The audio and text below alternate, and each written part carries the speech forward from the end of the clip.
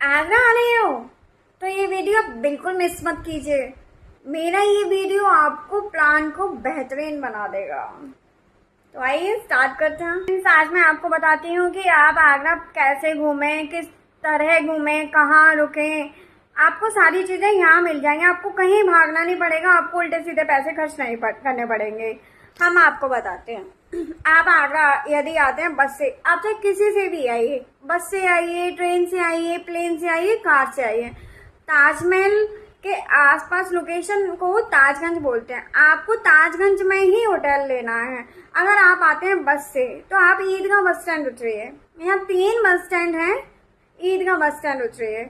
ईदगाह bus stand के बाद आप ताजगंज आ जाइए। अगर आप कार से आते हैं तो आप ताजगंज के एरिया में ही आएंगे। हाँ, ट्रेन से यहाँ पर 2 स्टैंड है, बस ट्रेन स्टेशन है। एक तो है फोर्ट, आगरा फोर्ट, एक है आगरा कैंट।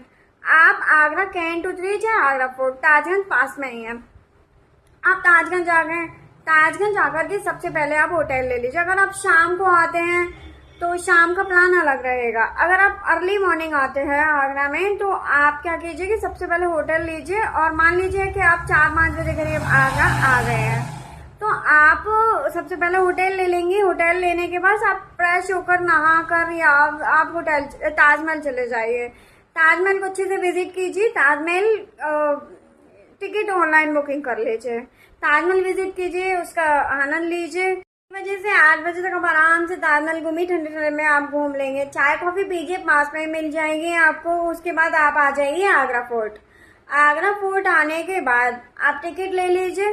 सारी इंफॉर्मेशन पर्टिकुलर वीडियोस मेरे द्वारा बनाई गई हैं, आप उन्हें भी देख सकते हैं। तो आप रेड फोर्ट आ गए, रेड फोर्ट आप विजिट कीजिए। 2-3 घंटे लगेंगे आपको आराम से। आप 11 साढ़े 11 बजे तक, वह हद से हद 12 बजे तक आप फ्री हो जाएंगे। आप रेड फोर्ट घूम लिए। रेड फोर्ट घूमने के बाद आप निकल जाइए सिकंदरा। आप सबसे पहले अकबर का मकबरा जाइए। अकबर का मकबरा जाइए, उसे देखिए, जहाँ पर अकबर की मतलब आप देख सकते हैं उसे। ठीक है, अच्छा है, जिसने ताजमहल देख लिया उसका कहना है क्या, है ना। ताजमहल के आगे इतना बेटर नहीं है, लेकिन हाँ आगरा में विजिटिंग प्लेस है। आप अकबर का मकबरा देख लीजिए, फिर आप गुरुद्वारा देख लीजिए। गुरुद्वारा, अकबर का मकबरा देखने के बाद आप चले जाइए कीटम झील, जो आगरा में कीटम लेक देखने के बाद आप कीटम लेक देखने के बाद आप वापस आ जाइए सेल्फी पॉइंट पर। सेल्फी पॉइंट पर अगर आप 8 बजे तक वापस आ जाते हैं तो वहाँ आपको काफ़ी इंजॉय करने के लिए मिल जाएगा।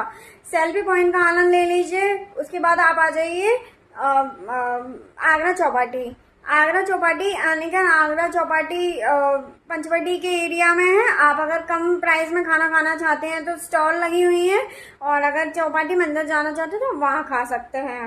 अब बात आती है कम बजट की। डे 1 का ट्रिप मैंने आपको बता दिया। अब आती है बात कम बजट की। हम कम बजट पर बात करेंगे। अगर आपको 50 रुपए के अप्रोक्स खाना खाना, टेस्टी खाना खाना है तो आप जाइए बिजलीगढ़। रेड फोर्ट से आप बिजलीगढ़ आ जाइए, श्री रामपुरी वाला। आप उसकी पूड़ियाँ खा सकते हैं, टेस्टी भी है और जेन्युइन भी। 50 रुपए के अप्रोक्स हो जाएगा। हाँ, अब निःशुल्क खाना खाना चाहते हैं तो गुरुद्वारे लंगर में आप खाना खा लीजिए। गुरुद्वारे में लंगर चलता रहता है, टेस्टी है, आप खा सकते हैं। अब बात आती है कि आपको लगता है कि कहीं और दूसरी जगह खाना खाया जाए तो आप कैफे वगैरह ट्राई कर सकते हैं, ताजमहल के आसपास ट्राई कर लीजिए।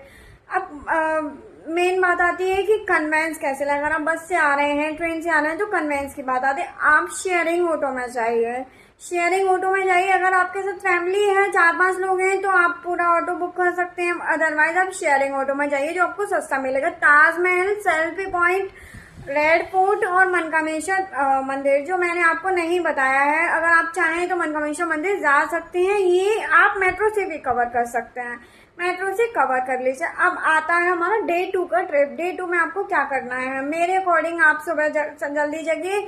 आगरा में 2 चीजें हैं, ताज नेचर वॉक, मेहताब बाग। ताज नेचर वॉक और मेहताब बाग, अब इनकी बात आती है। अगर आप यहाँ पर जाना चाहें तो आपको खुशी ही होगी। मॉर्निंग वॉक के तौर पर आप जा सकते हैं, प्राकृतिक दृश्य हैं, ताज व्यू का भी आनंद ले सकते हैं।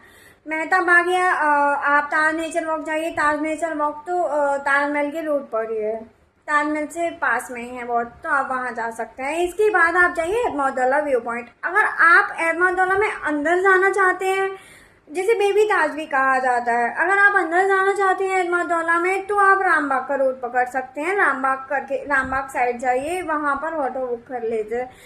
अब बात आती है कि एतमादौला बाहर से ही देखना चाहते हैं, व्यू पॉइंट बना हुआ है हाथी घाट पर, तो आप हाथी घाट से आगे शेयरिंग वाले से बोल दीजिए कि एतमादौला व्यू पॉइंट जाना है, आप वहां से दृश्य का आनंद ले सकते हैं। इसके बाद आप जाइए फतेहपुर सीकरी। फतेहपुर सीकरी जाकर आप बुलंद दरवाजा देखिए, जोधाबाई का महल देखिए, दीवाने आम दीवाने खास, बहुत सारी चीजें हैं। अनारकली को कहा मतलब बताते हैं, ऐसा कहा जाता है कि बुलंदशहर सॉरी फतेहपुर सीकरी में जो अनारकली थी उसको चिनवा दिया गया था। और कुछ लोग कहते हैं कि अंदर के ही कोई सुरंग है जिसको उसके बाहर किसी लाहौर साइड भेज दिया गया था। आप देख सकते हैं डे 2 का ट्रिप ये है।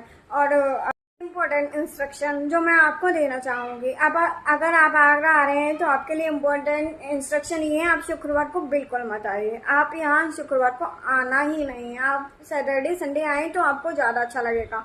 बात आती है अगर क्लब की, अगर आप क्लब जाना चाहें तो जोरो क्लब जेन्युइन है, जेन्युइन रेट तो नहीं 3-3.5 रुपए की रेट है उसकी, कपल एंट्री है।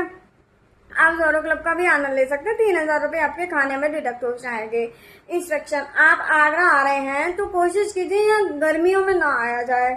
यहाँ मई जून में बहुत ज़्यादा गर्मी पड़ती है। आप ट्राई कीजिए कि मई जून में आगरा आने का प्लान अगर बना रहे हैं तो मतलब आपको थोड़ा ट्रेवल करना पड़ सकता है, छाता लेना पड़ सकता है और गर्मी बहुत रहती है यहाँ पर। सही समय आने का है कि आप जुलाई अगस्त सितंबर अक्टूबर नवंबर तक आ जाइए। दिसंबर जनवरी में यहाँ सर्दी बहुत रहती है, तो यह है कि सर्दी अगर आप पसंद करना चाहते हैं करते हैं तो आप आ सकते हैं।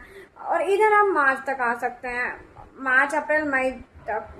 मई जून मत आइए, बस ये मेरा कहना है। यहाँ बहुत गर्मी पड़ती है, आपको आना नहीं आएगा।